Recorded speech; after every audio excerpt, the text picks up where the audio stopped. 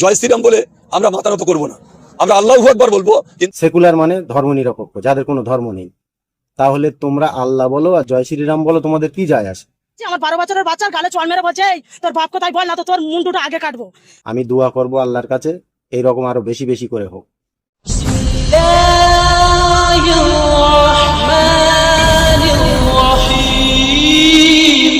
আজ আমি আপনাদের জন্য নিয়ে এসেছি একটা ইন্টারেস্টিং ভিডিও। সর্বপ্রথম এই ভিডিওটা দেখেন, তারপরে আমি বলছি।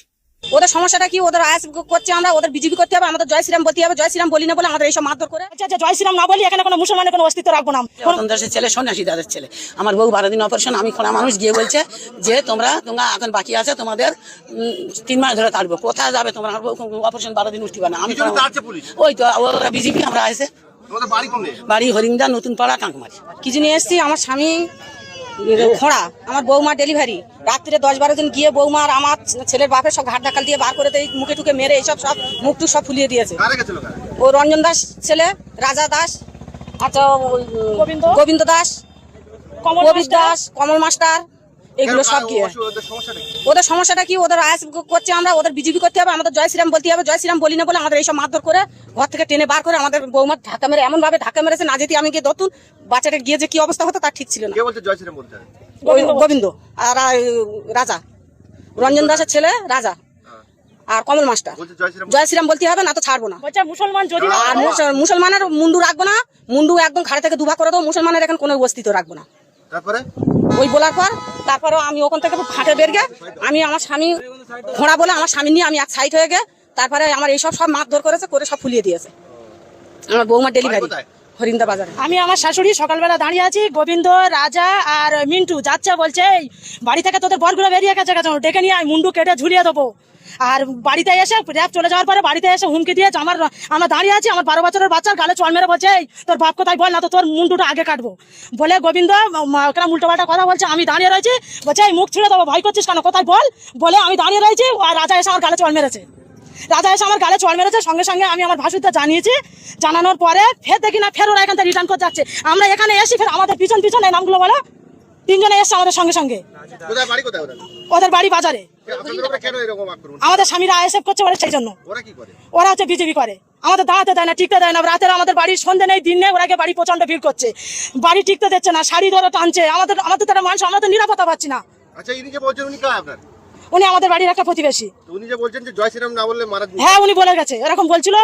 ওটা গোবিন্দ বলছে যে জয় শ্রীরাম না বলি এখানে কোনো মুসলমানের কোনো অস্তিত্ব রাখবো না। আমরা কোনো মুসলমানের মুন্ডু কেটে আমরা ফুটবল বাইরে থেকে সমস্ত লোক ঢোকাচ্ছে, ঢুকে অত্যাচার করছে, মারামারি করছে। এরা প্রতিবাদ করতে যাচ্ছে বলে এদের মারধর করছে, আমাদের স্বামীদের বাড়িতে দাঁড়াতে দিচ্ছে না এবং আমাদের উপরে অত্যাচার করছে, গায়ে হাত দিচ্ছে। আমরা মেয়েরা বাড়িতে নিরাপত্তাভাবে আমরা থাকতে পারছি না।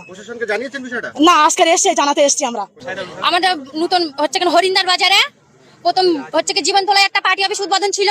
যাক, আমাদের মানে কালিকাতলা থেকে, হরিন্দার থেকে, মানে বিভিন্ন জায়গা থেকে ছেলেরা সব আসছিল।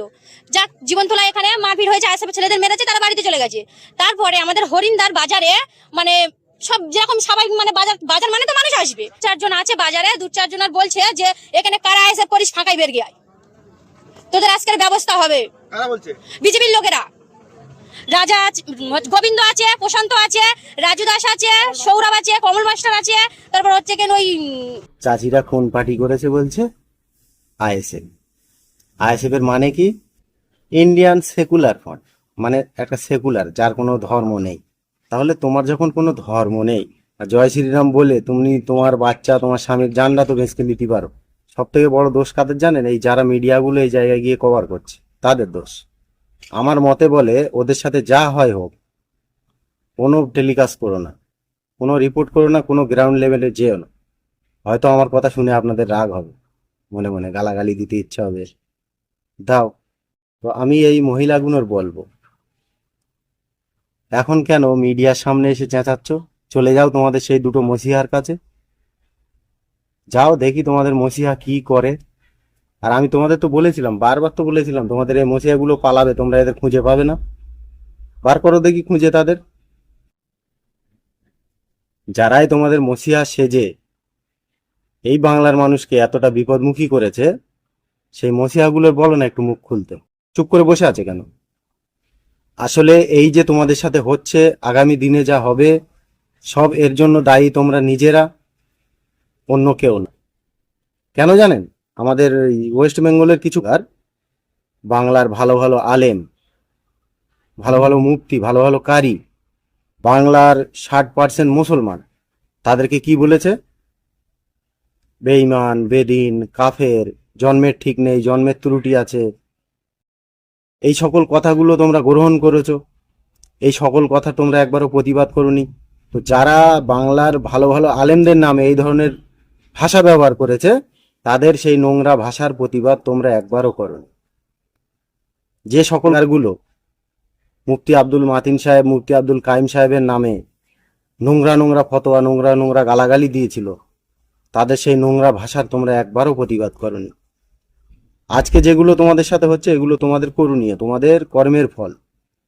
কোনো মানুষ বিনা কারণে কোনো আলেমের নামে যদি মা বোন তুলে গালাগালি করে, আর তার যদি কোনো মুসলমান প্রতিবাদ না করে, সে মুসলমান কিভাবে হয়? জয় শ্রীরাম বলে আমরা মাথা নত করবো না। আমরা আল্লাহু আকবার বলবো, কিন্তু জয় শ্রীরাম আমরা বলবো না। সেকুলার মানে ধর্মনিরপেক্ষ, যাদের কোনো ধর্ম নেই। তাহলে তোমরা আল্লাহ বলো আর জয় শ্রীরাম বলো, তোমাদের কি যায় আসে? বলে স্বামী সন্তান সকলের জীবন বাঁচিয়ে নাও ওদের হাত থেকে, যাদের নাম বলছো তোমরা। আর যদি না পারো তাহলে ডাকো তোমাদের সেই মসিহাগুলোকে, দেখো তারা কি করতে পারে। আমি 1000বার ওয়ার্নিং দিয়েছিলাম বাংলার মানুষকে, যদি গভর্নমেন্ট ক্ষমতায় আসে কি হবে, কি হতে পারে, সব আমি আপনাদেরকে জানিয়েছিলাম। তারপরেও আপনার বাড়ির কিছু সন্তান আমার মা বোন, আমার সাই গোষ্ঠীর নামে গালাগালি করে, এখনো করে। এই ভিডিওর কমেন্ট সেকশনে হয়তো কিছু কুলাঙ্গার এসে গালাগালি করবে। তো এই যেগুলো তোমাদের সাথে হচ্ছে, এগুলো তোমাদের পাপের ফল, যা তোমরা মুখ বুজে সহ্য করেছো, মুখ বুজে গ্রহণ করেছো। বাংলার ভালো ভালো মানুষের নামে নোংরা নোংরা গালাগালি, বাংলার আলেমের নামে নোংরা নোংরা গালাগালি, তাদের মা বাপের নামে নোংরা নোংরা গালাগালি, যেগুলো করেছে তাদের তোমরা সাপোর্ট করেছো। তাহলে এখন কেন তোমরা নিজেদেরকে মুসলিম বলে দাবি করছো? তোমরা মুসলিম হয়ে বিপদে পড়েছো। তোমরা যে পার্টিটাকে ভোট দিয়েছো, ওটা কোনো ধর্মীয় পক্ষ না, ধর্মীয় নিরপেক্ষ। বাংলায় অনেক পার্টি আছে, তাদের ভিতরে কথা এটাই চলে যে যার ধর্ম করবে। কিন্তু তোমরা যে পার্টিতে ভোট দিয়েছো, সেটা হচ্ছে কোনো ধর্মকে মানে না। তাহলে তোমাদের জয় শ্রীরাম বলতে গায়ে বাঁধছে কেন? জয় শ্রীরাম বলে বেঁচে যান ওখান থেকে, আর না হলে ডাকেন তোমাদের সেই মসিহাগুলোকে, দেখেন তারা বাঁচাতে পারে কিনা। আমি বারবার বলেছিলাম আপনাদের এই মসিহাগুলো লুকোবে, কোথায় লুকিয়ে যাবে আপনারা এদের খুঁজে পাবেন না। খোঁজেন না তাদের, কোথায় আছে তারা। আমি বলিনি আপনাদের আসামের ঘটনা, আসামে কি হয়েছে না হয়েছে, বলেছিলাম তো। তারপরেও তোমাদের বাড়ির কিছু সন্তান আমার মা বোন তুলে গালাগালি করেছে। আমি একনিষ্ঠভাবে বলবো, ইনশাল্লাহ বিজেপি যা করছে ভালোই করছে। আমি বিজেপির এই সকল কার্যকলাপে একমত, যা করছে ভালো করছে। আজকে আমার সত্য কথা বলার জন্য আমার পিছনে যারা লেগে আছে, তারা নিজেদেরকে মুসলিম বলে দাবি করে, আবার পার্টি করে ওই সেকুলার। তুমি নিজেকে মুসলিম বলে দাবি করছো, তুমি পার্টি করছো সেকুলার। তাহলে তুমি মুসলিম হলে কিভাবে, আর তোমাদের পার্টি সেকুলার হলো কিভাবে? সেকুলার তো কোনো ধর্ম হয় না, কোনো ধর্মকে মানে না। যাদের নাস্তিক বলে তারাই হয় সেকুলার। তোমরা ভেবে দেখো তোমরা কি করেছো, আর কেন তোমাদের উপরে এই আপাত বিপদগুলো আসছে।